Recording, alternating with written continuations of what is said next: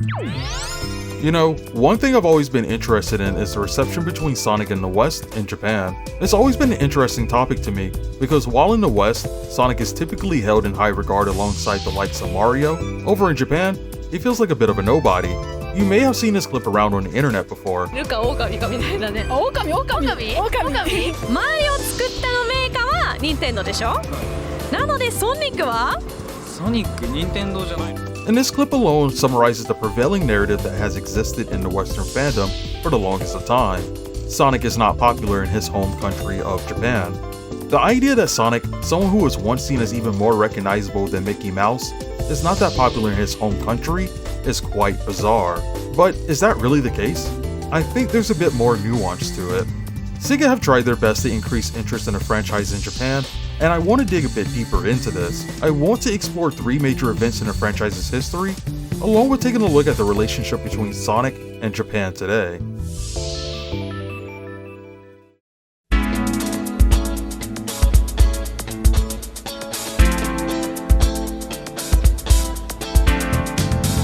Okay, but why exactly isn't Sonic considered popular in Japan? What's the deal? The prevailing narrative is that because Sonic is a rebellious character with an edge that doesn't follow authority, that's the biggest reason why he's not popular. Japan is a society that values those that are nice, polite, and respectful towards those around them, especially authority. And I can definitely see how this could be the case, but I don't think this is the only reason. Him being a rebellious character may be one piece of the puzzle, but there were more things at play. I think an unfortunate truth that I haven't seen anyone make the connection on is that Sonic is a character that exists somewhere in the middle between 2 spaces Japan loves. One side being cute characters, another being RPGs with epic stories. Sonic does have characters with designs that are very appealing on the eyes, and there are stories that exist within the games, but Sonic doesn't occupy either spaces that the Japanese people may want from him. Do you recognize any of these characters? These are some of the most beloved and popular characters in Japan, and you'll always see them no matter where you're at. Some of these characters have a major advantage of being introduced to children at a young age through TV and books. Others are from a brand with aggressive marketing. But regardless, they all have very soft designs that are considered cute that can appeal to anyone of any age. Children love them and currently grow up with them.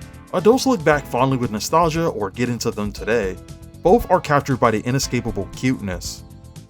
Japan is a country that I've learned really does value the concept of cuteness. There's so much cute things around that the concept of being cute is just a natural thing ingrained within the society. Not just from the look of characters, but even down to fashion and entertainment in general. With there being an endless amount of cute characters constantly popping up, it's an uphill battle to try and stand out and carve out your own piece of the pie in terms of popularity. Sonic's character designs never really lean too far into the direction of being overly cute.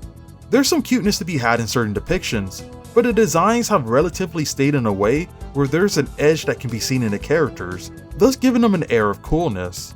I believe that SEGA themselves have even learned that maybe because the Sonic characters do not lean far into cute-only territory, that it may be a reason as to why the Sonic brand hasn't fully captured a section of people. It may be a partial reason why the Sonic and Friends brand has a more softer and cutesy design for the characters, while toning down what the series has always been known for. It's a way to expand things and reach on out to new fans in a different manner today. Granted, that's fine, but such a thing never existed back in the 90s when Sonic debuted. If we take a step away and focus on the idea of RPGs, it's a completely different story. One thing I've always heard in the gaming space is the tale of how platformers ruled the world at one point before shooting games became the biggest in the industry. It's interesting to think about that statement because it comes clearly from a Western lens. In Japan, platformers were not king. That was RPGs. Dragon Quest, Final Fantasy, Pokemon. While there's platformers that are popular such as Mario and Kirby, no platforming series in the 90s was moving people's hearts the way a Dragon Quest game was.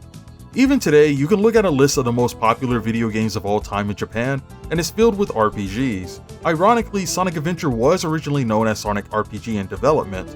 Takashi Iizuka originally came up with an idea of a Sonic RPG game, and while the game eventually morphed into a 3D platformer, you can still see the RPG-like inspiration within its DNA, with multiple playable characters having to be guided towards one final goal, and the epic style of storytelling with cutscenes and voice acting.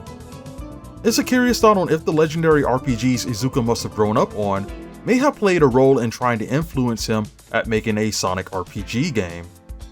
Now, Sonic being a platformer in his home country didn't automatically mean he was destined to fail, of course. If I were to take a stab at why other platformers such as Mario could dominate and become a hit but not Sonic, outside of the more fast-paced gameplay style, I think a big reason is simply hardware sales. While it's constantly talked about how Sega went head-to-head with Nintendo and took a percentage of shares from them, a lot of people forget that Nintendo did win in the end. The Super Famicom ended up dethroning the Sega Mega Drive in sales, and in Japan specifically, the Mega Drive was never popular to begin with. Sonic intrigued some people, but not enough to turn the tides like he did in America. So with that in mind, Sonic was already dealt a nasty hand due to circumstances way out of his control.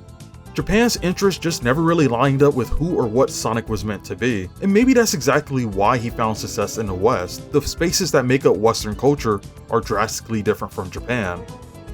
Regardless of why he isn't popular, the development team clearly took notice of something going on and wanted to act. Now, I finally want to pull the curtains and talk about this. I think there's some interesting things to discuss.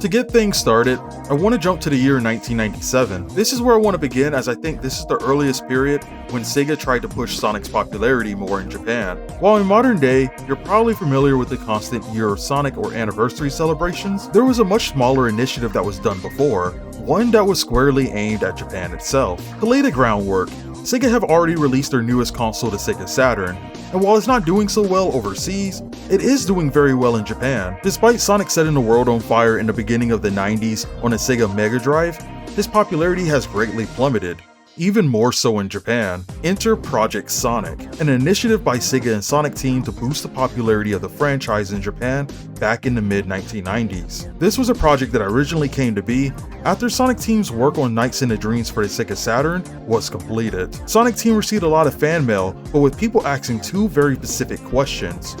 What is SonicTeam? Who is Sonic? Given that they were receiving these questions so early within Sonic's career, I think it highlights something to be acknowledged, and it's that despite Sonic's overnight success when he first launched, Sega took notice of the larger potential that existed in his popularity in the West compared to Japan. This led to a much more aggressive marketing push in Western territories. The aggressive marketing push was always one of the key things behind the original launch of the game. The rebellious attitude Sonic held was so vital to the marketing that it helped Sonic stand out against his contemporaries. Look back at some of the most iconic 90s collabs where Sonic was constantly being pushed in your face. You can look back at many things in the 90s, such as the 1993 Macy's Thanksgiving Parade, the Honey Nut Cheerios commercial, and even McDonald's Toys collab. These were big promotions with other popular brands that helped keep Sonic more in the minds of people. Sonic even had popular cartoons and comics available. While Sonic did receive some things in Japan, such as commercials for new games or even a manga of its own, it really pales in comparison to the bigger things happening across the ocean. If you were to ask what could possibly be the biggest sort of promotion Sonic had in Japan outside of video game commercials and gaming magazines, I guess maybe the time Sega sponsored the 1993 season of the J-League. The J-League, or as it's known today as the J1 League, is one of the most prestigious competitive football leagues in all of Asia. Since Sega was a sponsor for the 1993 season, some players had the Sega logo with Sonic in the middle of their shirts. Of course, there's other sponsors as well, but this may have been the biggest spotlight Sonic was given. But I can't imagine too many people caring, since they're kinda there to watch the football match being played, not to question the cartoon character on a player's chest. You know, actually to quickly note, but Japan did receive the original Sonic 3 McDonald's collab with the toys, and they even changed Eggman from his Western cartoon design into the more familiar game design. So I have to give Sega Japan credit for at least attempting to bring the collab over for Sonic 3 back then. And with that, by the time the mid-90s had rolled around, Sonic's status in the West compared to Japan was completely lopsided. In the West, Sonic had quickly gone from being more than just a typical video game character for many. Meanwhile in Japan, Sonic remained only as a video game character, but one that was quickly fading away despite never leaving. And despite the consistent string of games being released, things fell upon a development team to figure out how to go about rejuvenating interest in their character. Those questions sent in to SonicTeam made Yuji Naka and Naoto Oshima interested in exploring the idea of introducing people to Sonic the Hedgehog. Sega would move into Project Sonic in 1997, a project with the aim to help reintroduce Sonic to fans around Japan, and the first real push post-introduction to grow Sonic's image in the country. Despite the goodwill behind such a project, it largely didn't do too much in the end. The first phase of introducing Sonic was with the release of Sonic Jam. A compilation of his greatest games would be the first to release.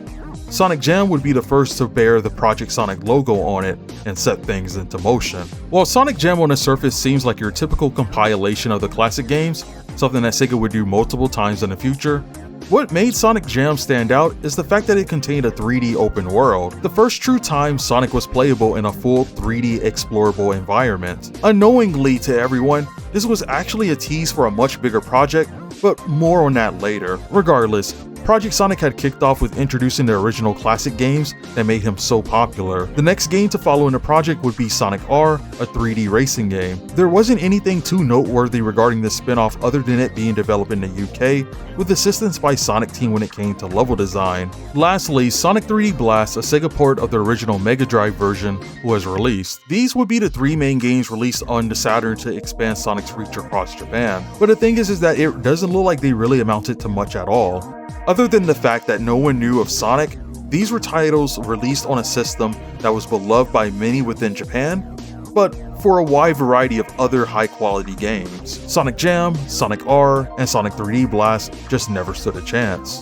The only other notable thing to acknowledge with Project Sonic is the fact that there was jam created for Sonic Jam. But not even the person who wrote the blog post for the 20th anniversary Sonic website knows where this particular jam came from. It's just something that exists within SonicTeam's warehouse. With that all said, you could sum up Project Sonic as a well-meaning project, but one that ultimately didn't amount to anything in the end. In isolation, those three Sonic games didn't really do enough on their own, and how could they? They were released towards the ending lifespan of a dying system. I think in a weird way, the project itself was like a bridge between the Sega Saturn and Sega's newest console, the Sega Dreamcast. This bridge allowed newcomers to experience a piece of Sonic's early glory days with two miscellaneous adventures attached, and then lead into the next big reveal. With the Sega Dreamcast releasing only a year later, Japan would see the release of Sonic Adventure in 1998. While Sonic Adventure doesn't have the Project Sonic brand on it like the other games, it did have the internal name of Project Sonic during early development, and the game itself was originally developed for the Sega Saturn. That open 3D environment we saw with Sonic Jam would actually be the testing grounds for Sonic Adventure on the Saturn before the project would switch to the Dreamcast. With the release of Sonic Adventure, it was like a reboot of the franchise and a grand reintroduction to Sonic to the world at large. And the game actually was relatively successful in Japan. Both it and its sequel Sonic Adventure 2 did decently in sales. Though even with the sales, it wasn't really enough to turn Sonic into a megastar. So, we know Project Sonic only lasted for 3 games before quietly vanishing and the branding disappearing. Even though it was gone, I think the core goal of Project Sonic never disappeared, it just transformed into something more. In the years to come, Sega would do a year of Sonic in 2003 and host other events to increase Sonic's popularity. But most of the bigger and well-known stuff would happen in the western side of the world. While America was getting Happy Meal collabs with McDonald's, Japan was handling things a bit more differently. There was the Sonic Party 2003 Summer Festival event held around Japan to celebrate the franchise. There was Sonic Town Seki, an amusement facility within the Sega World Store, and even a Sonic Pachinko machine was made. Given how, well, huge pachinko machines are here in Japan, maybe Sonic getting one made sense to Sega of Japan. I don't really know. It is a neat little thing to look at, but honestly, while the events were nice and the announcement of new games were great, there was something even bigger coming, and that was a brand new TV anime under the codename Sonic Project. Sonic Project actually didn't have any core connection to the original 90s Project Sonic, but because of the fact that it's such a significant moment in the franchise, it still serves as a critical look at Sega of Japan's attempt at domination. Sonic wasn't any stranger to being on television in Western regions. He already had 3 cartoon shows after all. Yet, all that he had in Japan was 2 animated OVA episodes that failed to garner any attention in the late 90s. This time, it was different. Sonic Project was going to be a full-length television series produced in Sonic's own home country. With Sonic already diving into the world of 3D and gaming, it allowed for more levels of complex storytelling and world building. This TV show would expand on what the games have already started to do, and would be a perfect jumping on point for new people to be introduced to the speedy blue hero. Sega could release all the games they want in Japan, but nothing would change if no one is latching on to them, so they needed to think bigger and reach farther. Earlier I discussed how the cuteness space that exists within Japan has characters that many were able to grow up with, and for some of them, television played a big role. Something that Sonic never was given the luxury of, so this was his chance to shine. Sega partnered with TMS Entertainment to produce the new show, and Yuji Naka and SonicTeam were able to work closely with the staff as it was produced. Sonic Project, the next big push to take Sonic to the next level in Japan, was given the proper name of Sonic X.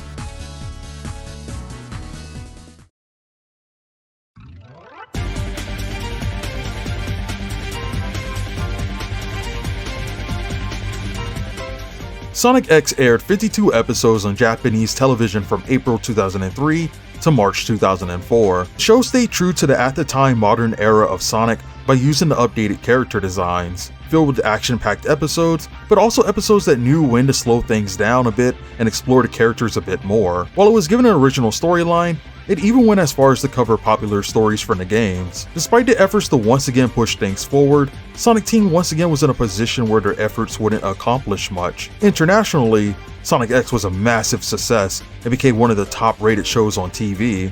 But in Japan, it was something people didn't pay attention to. I think Sega and TMS Entertainment tried their best with marketing the show. From what I could find, the show was aired at a decent time on weekends, and the episodes were released on DVD. The original soundtrack and all opening and ending songs were released on CD. There were figures created for the show, and even a contest held where you can use your Sega points from the Sega Amusement Center to enter to win a Sonic X CD. Though there were things lacking in the Japanese market compared to the American market, such as America receiving its own original Sonic X comic book. To further put into perspective on how much Japan didn't care for this show, I said before that 52 episodes aired on television in Japan, but Sonic X actually had a total of 78 episodes. Those remaining 26 episodes would be aired internationally as Sonic X would be taken off the air in Japan. For the longest of time, Japan went without ever seeing those remaining episodes, and it wasn't until over a decade on January of 2020 where the remaining 26 episodes finally aired on Japanese television. Even with those batches of episodes being shown, only the first 52 episodes remain available on DVD in Japan today, while all 78 have been released internationally. It really goes to show how non-existent this show felt. And it's a bit of a bummer because you can tell that Sonic X tried to capture the appeal of Sonic as much as possible. The show didn't try to turn Sonic into something entirely different like his American counterparts did. It depicted Sonic as honestly as it could, and it even went as far as to incorporate stuff from the video games into it. While Sonic X was still far from a perfect show, it was still a monumental show back in the 2000s that did a lot to expand Sonic's popularity internationally, and was a good show to tie into the year of Sonic Sega had. One final thing to highlight with the project is that this would be the last major project Yuji Naka would be involved in when it came to increasing the brand's recognition in Japan. He of course was still involved with the development of games up until midway through Sonic the Hedgehog 2006. Even though Sonic X didn't reach desired heights in Japan, it's not really a failure in the grand scheme of things. It's a project that Yuji Naka still thinks back fondly on. For him, the US produced shows didn't really consider the Japanese development team's feelings, and those shows were an entirely different vision than what Sega of Japan held for Sonic.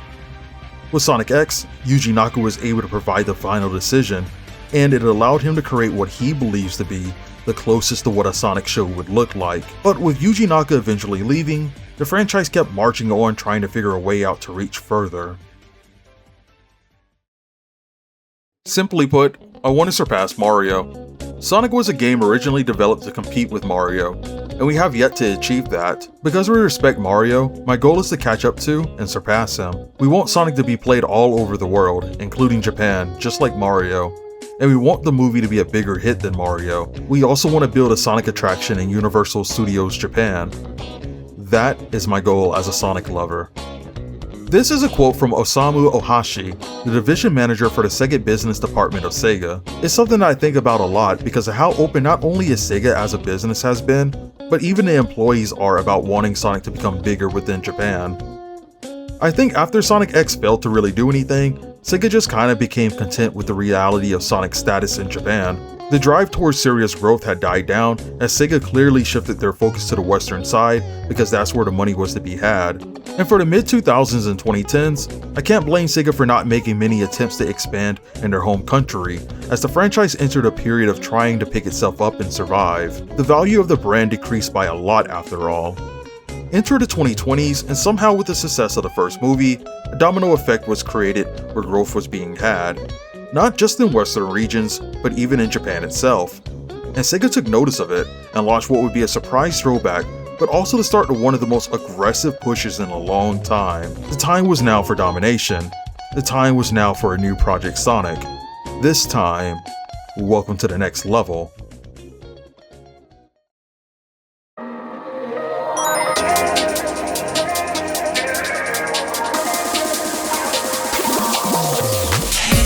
Project Sonic 2022 was revealed and caught everyone off guard. Sega was adamant about this being the beginning of a long chain of events to reach into the future and put Sonic on top.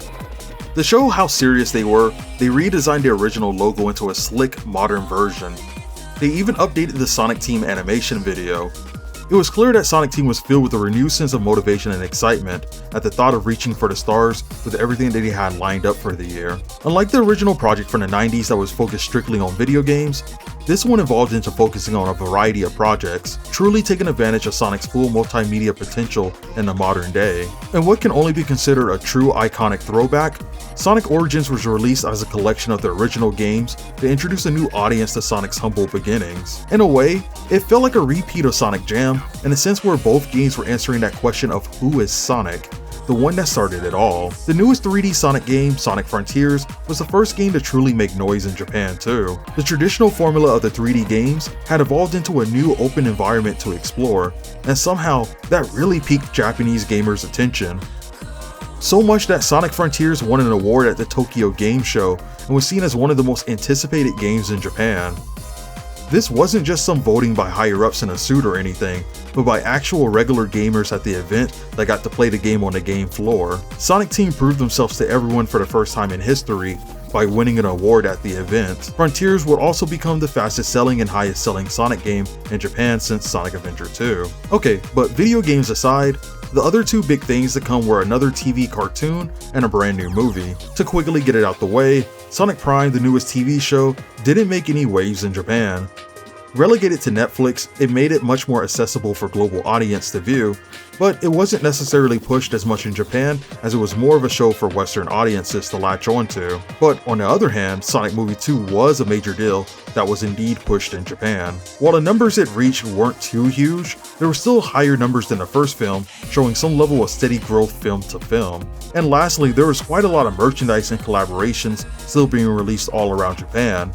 The collaborations themselves being the most striking things, because the lack of major collabs is the reason why I think Sonic wasn't reaching as far back in the day in Japan. Now, we were seeing Sonic crossover with Monster Hunter, Japanese YouTube channel Fishers, who has millions of YouTube subscribers, and even the popular VTuber Inugami Korone, who was appointed as the Sonic Ambassador of Japan. Project Sonic 2022 concluded with being one of the biggest moments for Sonic in Japan, but despite that, the franchise has managed to struggle a bit, specifically with the sales of titles after Sonic Frontiers.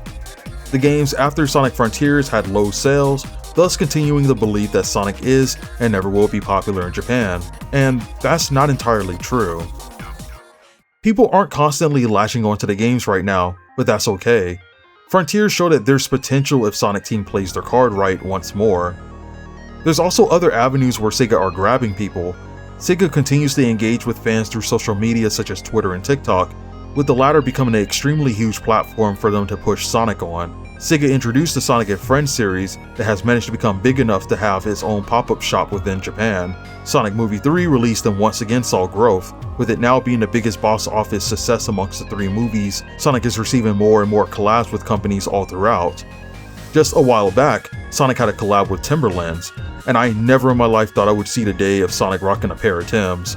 Like, the crazy thing is that they ran it back for a second time with Shadow rocking Tims, and these were actually available to purchase. Sonic is more alive today than he has ever been in Japan, and that's reflected with the amount of content being pushed out and how many fans are popping up.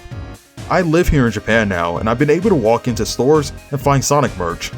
At first, I was only expecting to grab a few games from secondhand stores, but imagine my surprise seeing a SEGA pop-up store open near me, and I was able to buy Sonic merch there.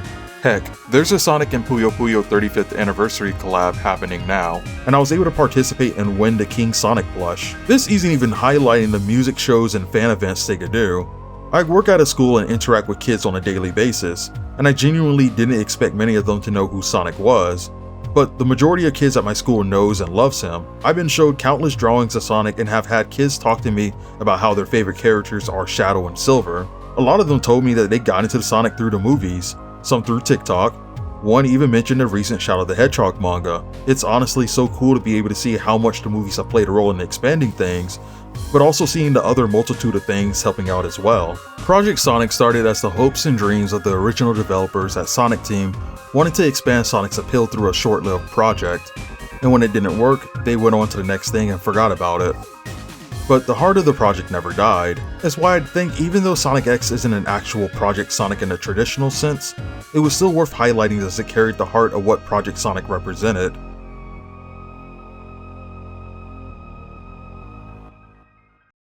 Is Sonic popular in Japan?